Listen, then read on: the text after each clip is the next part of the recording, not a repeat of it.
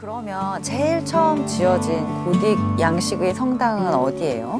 네, 12세기 1144년에 생드니 수도원 성당에서 제단 쪽에서 이제 고딕 양식이 처음으로 적용됩니다. 출발점이죠.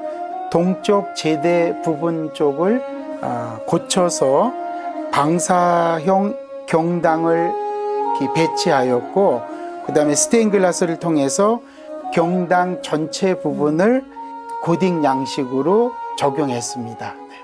그러면 그걸 고딕 양식으로 분류했다라고 하면 고딕 양식은 이런 거야 라고 하는 특징들이 그 생드니 성당에 드러났을 텐데 어떤 게 그런?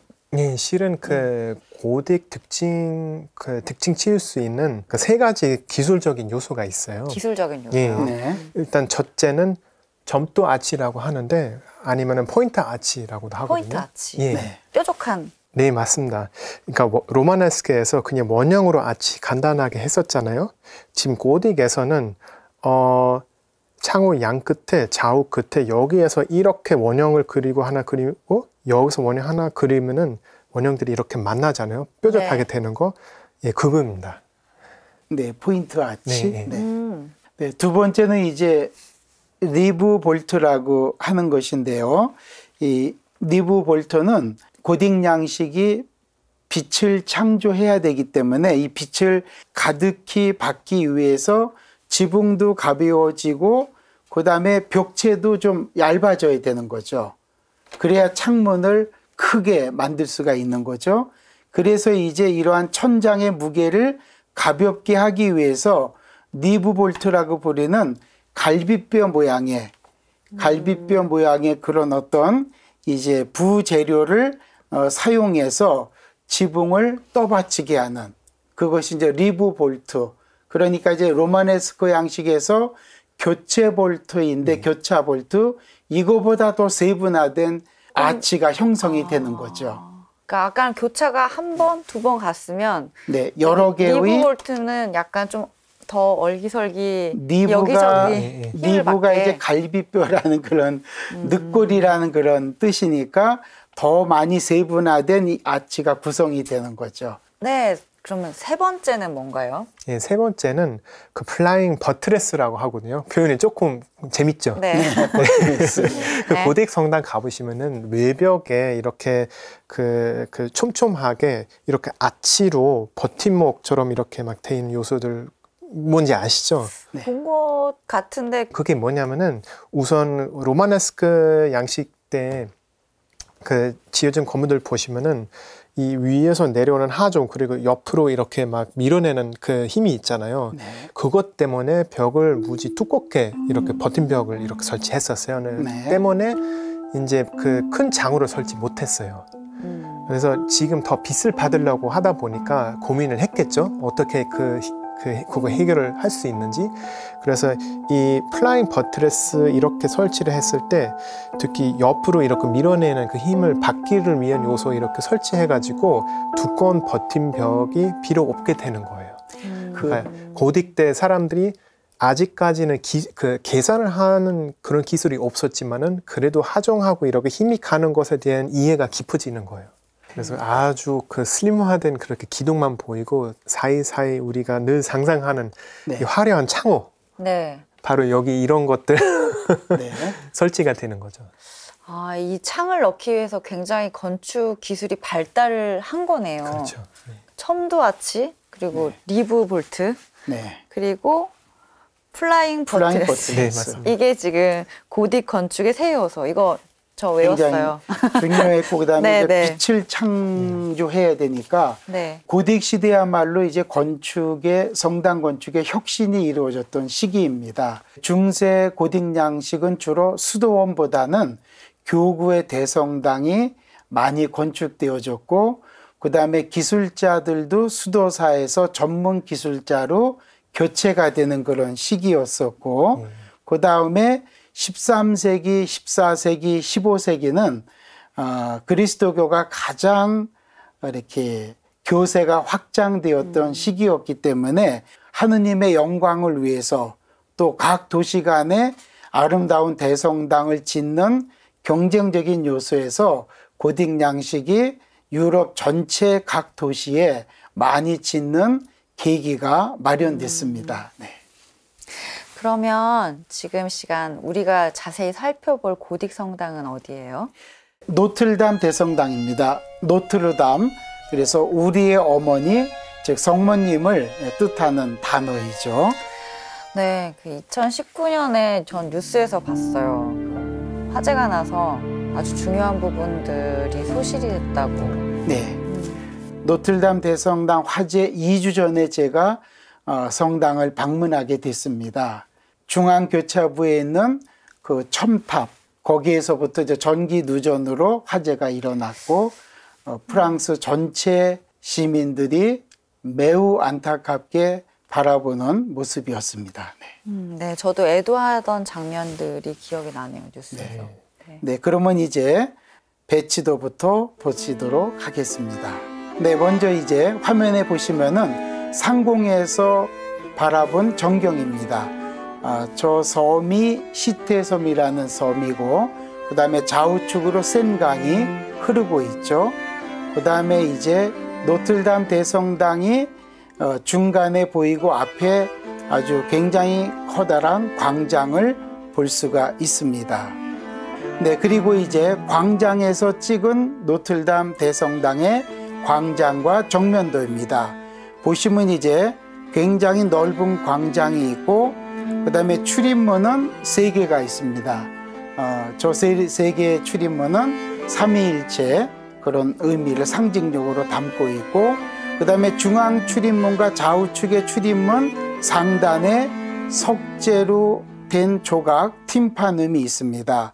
그리고 2층 공간에 굉장히 커다란 스테인드 글래스가 구성이 되어 있고, 그 다음에 제일 상단의 좌우측에 종을 치게 되는 종탑이 2개가 이렇게 구성이 되어 있습니다. 근데 저 궁금한 거 있는데요. 저 종탑들 보면은 저 왠지 원래 계획에 훨씬 높게 이렇게 뾰족하게 계획했을 것 같은데 네. 덜 끝난 거 맞나요? 네, 그래서 이제 저기 한번 자세히 보세요. 예. 저 종탑 중간에 조그만 십자가가 보이죠? 예. 그것이 아쉬움이 많았기 때문에 바로 교차로 부분에 첨탑을 저기에 세운 것입니다. 예. 저 첨탑이 지난번 2019년 4월 15일 날 화재로 소실되었죠. 네, 그리고 이제 평면들을 한번 더 자세히 보시죠. 붉은색이 제단 공간이고, 그 다음에 청색이 전례에 참여하는 신자석과 통로입니다. 그러니까 성당의 거의 반 정도는 전례 공간인 제단 공간이고, 신자 공간도 이렇게 반 정도의 평면 구성을 볼 수가 있습니다.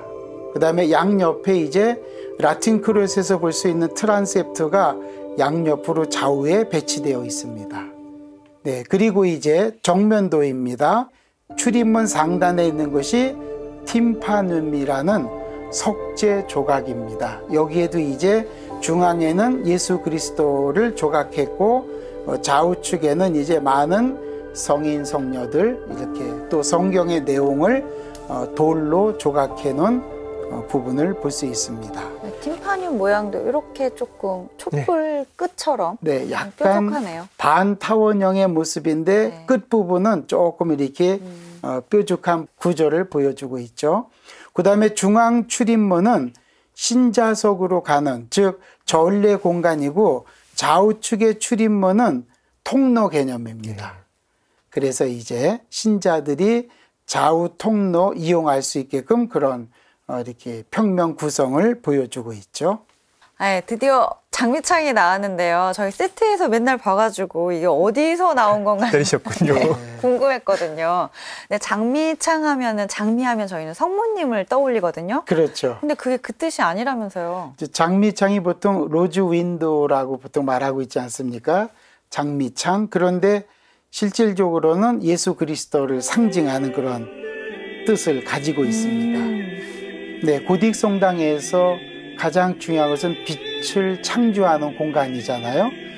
근데 우리가 성경에서도 나는 세상의 빛이다, 그러니까 그리스도께서 말씀하신 내용이 있지 않습니까? 그러니까 많은 분들이 보통 로즈 윈도우 하니까 장미창이니까 장미가 보통 성모님을 많이 상징하고 5월 달에도 성모님의 달이고 그래서 그렇게 이해를 하고 있는데 실질적으로는 이렇게 성경의 내용대로 이 빛을 창조한다는 것은 영적인 공간 또 하느님의 세상에 대한 창조 이런 것을 본다면은 이제 장미창에 대한 것은 그리스도를 상징하는 영적 공간, 빛에 대한 의미 이런 것이 이제 담겨져 있다고 이제 볼 수가 있습니다.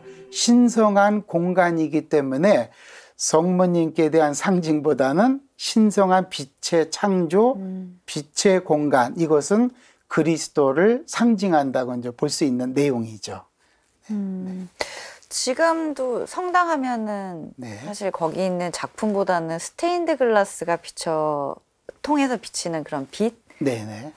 색이 있는 빛 이런 것들을 떠올릴 수 있는데 당시에는 그 유리에서 비치는 빛의 투과율이 그렇게 좋지는 못했다고 해요. 네. 스테인드 글라스로는 아마 가장 유명한 성당은 파리에 있는 생트 샤펠일 것 같은데요. 네, 지난번에 생트 사페엘 성당을 방문했을 때 정말 아주 경이로운 빛의 공간이었습니다. 노틀담 대성당보다도 상트 세펠이 더 상당히 좋은 빛의 공간을 보여주는데 1143가지의 성경 장면을 담고 있기 때문에 굉장히 경이로운 그 빛의 공간을 실질적으로 아마 볼 수가 있으실 겁니다. 노틀담 대성당도 볼 게 많은데 내부로 한번 들어가서 네. 볼까요? 네, 우선 고딕은 높이와의 싸움입니다. 높이. 그래서 어느 대성당이 더 높이 짓느냐 이것이 아마 경쟁적으로 많이 보여졌는데 그러나 이 높이와의 싸움에서 중간에 또 허물어지는 경험도 많았고 그래서 특별히 고딕 성당은 1, 2년 동안에 지어지는 것이 아니고 긴 시간 동안 이 대성당이 건축되었다고 볼 수 있습니다. 그리고 빛을 창조하는 거기 때문에 여기에는 예술성, 종교성, 그 다음에 또한 창조적인 의미가 담겨져 있었기 때문에 이 부분들이 상당히 오랜 기간 동안 지어질 수밖에 없는 역사를 가지고 있습니다. 그 높이 때문에 경쟁을 했다라고 얘기를 하니까 조금 안 맞는? 왜냐하면 하느님의 사랑을 그런 보여주기 위한 공간인데 경쟁을 하다가 또 무너지기도 해서 사고도 나고. 그렇죠. 그 시기 때 그 경쟁 때문에 욕심 나서, 그죠. 그러니까 그리고 아직까지는 계산하는 방법을 몰랐다고 하더라고요. 그래서 그러니까요. 감으로 해가지고 괜히 더 높게 하고 싶고 무너지고 했기 때문에 그래서 조금 뭐라 해야 되나요? 우리가 지금 남아 있는 것도 사실 성공하는 했던 케이스뿐이죠. 네. 아마 명동 성당도 2번씩이나 건축하면서 이렇게 기둥과 또한 이것이 무너졌다는 기록도 남아 있으니까 아마 텐 수장님 말씀대로 고딕 시대니까 지금부터 약 800년 전이니까 그때는 그런 구조 계산이라든지 또 하중에 대한 계산, 높이에 대한 것을 정확하게 물론 그 당시에는 최선의 노력을 기울였지만 그 부분 때문에 아마 이런 좀 시행착오도 있었다고 생각이 됩니다. 가장 중요한 것은 이 하느님의 집을 짓는 것이고 또 하느님께 이것을 건축 공간을 봉헌하는 것이기 때문에 그만큼 어떤 그 높이에 대한 것도 어떤 그 외적인 요소보다는 신앙적인 열정 때문에 이루어졌던 경쟁이 아닌가 그렇게도 생각이 됩니다. 그러게, 그러니까 생각을 하면은 지식 없이도 그냥 이렇게 하면은 더 많은 긴장을 하게 될 것 같고, 네. 그러니까 성공했을 때 더더욱 그래도 기뻤을 것 같아요. 그래서 이제 내부를 네. 더 이렇게 자세히 보겠습니다. 네, 신자석이 전례에 참여하는 신자들을 위한 내부라는 전례 공간이 있고 신자석 좌우측에 기둥이 있는데 기둥간에는 마찬가지로 로마 건축의 상징인 아치가 구성이 되어 있죠. 그 다음에 창호를 구성하기 위해서 좌우측에 이제 갤러리 공간이 있고 계속 이 기둥이 높이가 올라가게 됩니다. 그리고 저 먼 곳에 이제 제단 공간이 있고, 네, 그리고 천장을 보세요. 이제 그 교차 볼트와 리브 볼트, 이것이 적용된 저 높이의 하중을 유지하려면 이렇게 상당히 그 기둥에 이렇게 아주 섬세한 부분들, 그 다음에 그 창호를 내기 위해서 리브 볼트를 형성하는 것을 우리가 확인이 된다고 볼 수 있습니다. 전 방패연 생각나는데요. 네. 방패연도 그것이 높이 올라가기 위해서는 그죠. 그만큼 이제 그런 각도와 그런 면적이 또 리브 볼트의 어떤 뱃살이 방패연을 떠올리게 합니다. 저는.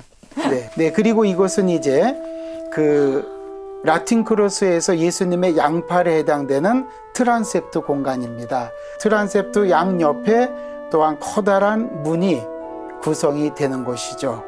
그래서 이제 저 트란셉트 공간도 벽체 위에 굉장히 커다란 장미창이 구성이 되고, 장미창 밑에도 채광을 목적으로 아름답게 또한 스테인드 글래스가 구성이 된 것을 볼 수가 있습니다. 그리고 그 장미창 위에는 또 리브 볼트가 구성이 되어서 저 높이와의 싸움에서 이겨내기 위해서는 리브 볼트가 적용된 문을 볼 수가 있습니다. 네, 이 부분은 제단 공간입니다. 그런데 그 댄 소장님, 저 앞에 보이는 네 분의 조각이 되어 있는 브론조, 네. 저것이 이제 2차 바티칸 공의회 이후에 1965년 이후에 마련된 이제 신제대입니다. 그래서 이제 미사가 신자들을 등지고 했었던 미사였는데, 신자들을 마주보고 미사를 드려야 되기 때문에 구제대 앞에 저렇게 층계가 2개가 있고 그 위에 브론조로 제작된 신제대가 마련되어 있습니다. 그리고 저 뒤쪽을 보면은 십자가 모양이 보이죠? 피에타 모습, 조각된 모습, 그것이 이제 과거에 미사를 드렸던 구제대입니다. 신자들을 등지고 라틴어로 미사했던 모습을 상상해 본다면, 신자들이 멀리서 미사에 수동적으로 참여할 수밖에 없었던, 시각적으로 이렇게 미사에 참여했었던 그 당시의 전례 역사를 우리는 여기서 좀 추측해 볼 수가 있습니다. 그리고 양옆에 무엇이 있습니까? 김 작가님? 구조가 보이는데요. 네, 저게 이제 나무로 만든 성가대석입니다. 아, 성가대석이 앉을 수 있는 공간이. 네, 의자가 배치가 되어 있습니다. 네, 그래서 이렇게 성가대석이 제단 좌우측에 배치된 것을 볼 수가 있죠. 성가대석이 굉장히 아름답게 나무로 조각되어 있죠. 하단이 앉는 좌석이고 위에 파이프 오르간이 배치가 되어 있습니다. 그래서 이제 이렇게 제단 좌우측에 성가대석과 파이프 오르간이 배치된 것을 우리가 확인을 할 수가 있죠. 네, 그리고 이제 이곳은 이제 그 평면도에서 보면은 통로 좌측에 원래 소성당 공간인데 그곳에 세례대가 이렇게 마련되어 있습니다. 저 세례대는 이제 머리와 이마에 세례수를 부어서 그리스도교 신자가 되는 세례를 집전하는 장소입니다. 굉장히 뒤편에도 2개의 커다란 아주 스테인드 글래스가 구성되어 있죠. 그 다음에 세례대 옆에는 벽에 아주 굉장히 커다란 회화가 그림이 그려져 있습니다. 아마 미술사에서 되게 중요한 그림일 거예요. 여기서는 안 보이지만. 네, 그래서 저 앞에는 철제 문이 구성되어 있습니다. 출입을 제한하기 위해서. 네, 그렇게 세례대 공간을 이제 보여주고 있습니다. 네, 그리고 이제 엠블로토리라는 좀 낯선 단어인데 제단 후면을 통로로 또 만들어 줬습니다. 여기에 순례에는 순례객들이나 또 신자들도 저 공간을 순례할 수 있도록 저렇게 아름답게 천장을 보세요. 저기도 마찬가지로 리브 볼트가 구성이 되어 있죠. 그 다음에 양옆에는 굉장히 또 석재 조각이 아름답게 보여지고 있는데 저 석재 안쪽이 제단 공간입니다.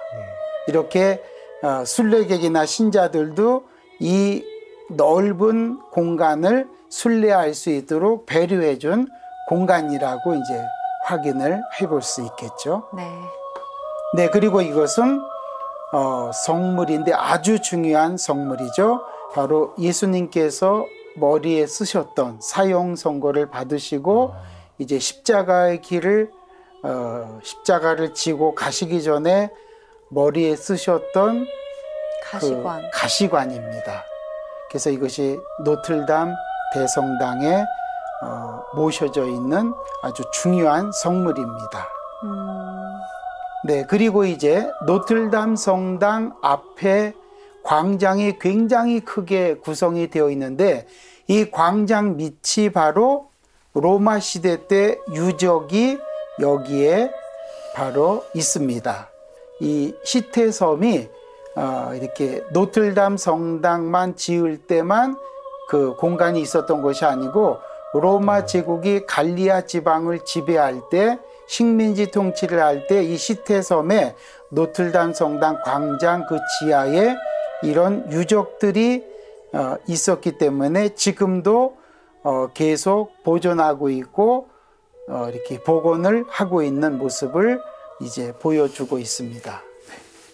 2019년 대화제 때 저 가시관을 그래도 구했다라는 기사를 네. 보고선 정말 다행이다라고 생각했던 그 장면이 저도 기억에 나는 것 같아요. 네. 그런데 그 노트르담 성당은 대성당은 사실 프랑스 사람한테뿐만 아니라 전체 유럽 사람들한테 너무나 큰 의미를 가지고 상징적인 그렇죠. 성당이기 때문에 그래서 물론 뭐 세계 문화유산이기도 하고 역사적으로 중요하고 그런 거 있는데 그래도 그 화재가 났었을 때 정말 사람들이 엄청난 그 충격을 먹었어요. 저도 그때 아직 기억나요. 뉴스 나오는데 이거 진짜 일인가 막 굉장히 충격스러웠어요. 그만큼 굉장히 허탈해하고 충격을 많이 받았습니다. 파리에 간 사람은 노트르담 안 가본 사람 전 몰라요. 네, 지금은 이제 순례를 할 수 없는 그런 여건입니다. 진짜 복원 이제 그거를 하고 있는 상황이고 그다음에 또 노틀담 성당의 또 한 가지 재미있는 역사적인 사실은 1804년 12월 2일 날 나폴레옹이 여기에서 황제 대관식을 가졌던 장소이기도 합니다. 저는 그림에서 봤어요. 네, 아주 굉장히 대작으로 네. 이렇게 그림으로 이렇게 그 역사성을 보여주고 있죠. 네. 이번 회는 뭔가 기도할 거리가 많았던 것 같아요. 왜냐하면 그 노틀담 성당 화재 사건 전후로 또 파리에서 되게 큰 사건들이 많았던 잊어버렸던 기억들이 생각이 나네요. 그래서 이제 그런 조각 회화 모든 예술의 총체가 이 성당인 것 같은데 이런 보물인데 우리가 가서 미사도 드릴 수 있는 공간이라는 게 좀 새삼스럽게 다가오는 시간이었습니다. 네, 어찌 보면 노틀담 성당은 뭐 고딕 성당의 그리고 모든 대성당의 종합 예술, 조각 회화 그리고 여러 가지 그 성물 이런 모든 공간이 문화예술의 종합적인 그런 예술성, 종교적인 의미, 장소의 의미도 모두 담겨져 있는 그런 공간을 우리에게 지금도 보여주고 있다고 생각이 됩니다. 네. 네, 수업 끝나는 소리가 들려요. 네. 오늘 시간 빨리 갔어요. 네, 오늘 수업 드디어 고딕이 나왔기 때문에 오늘 수업은 정말 재밌었습니다.